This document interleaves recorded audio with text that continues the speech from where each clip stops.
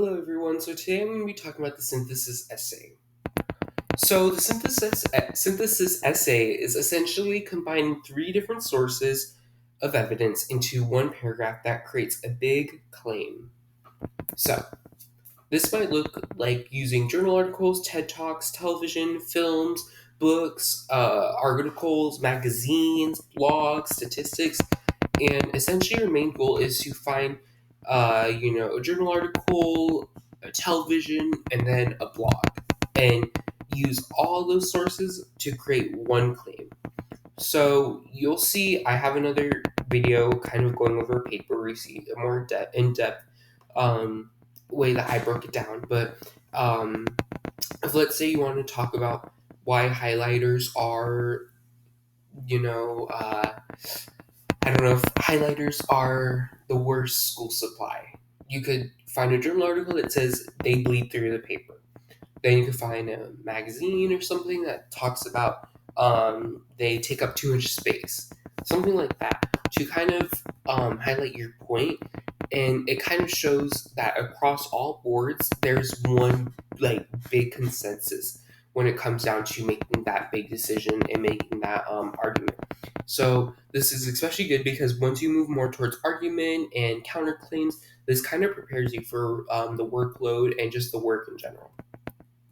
So my biggest tips when it comes to synthesis essay is to explain in depth each one of your quotes, because what happens for a lot of students is they will make a point and then they won't back it up, and then they'll make another point, they won't back it up, and then they'll make this big counterclaim that they're trying to defend and make the other person's argument look invalid, and then they don't back it up, and then it just seems like you're agreeing with everyone else. So it's really important to find your evidence first so that your entire paper sort of matches up with each other and isn't going against one another. And it also kind of goes along with getting it outside of your comfort zone. Um, and by this, I don't want you to get confused and think I'm saying go into a topic that you know nothing about. That is not what I'm saying at all. Go into your FOI. And FOI means field of interest. So if you want to do education, choose something that's related to education. For example, I did gamification in education. That worked out really well for me because I was passionate about it. And so I was more willing to kind of go out of my comfort zone and find TED Talks and search for, hours just to find the perfect pieces of evidence.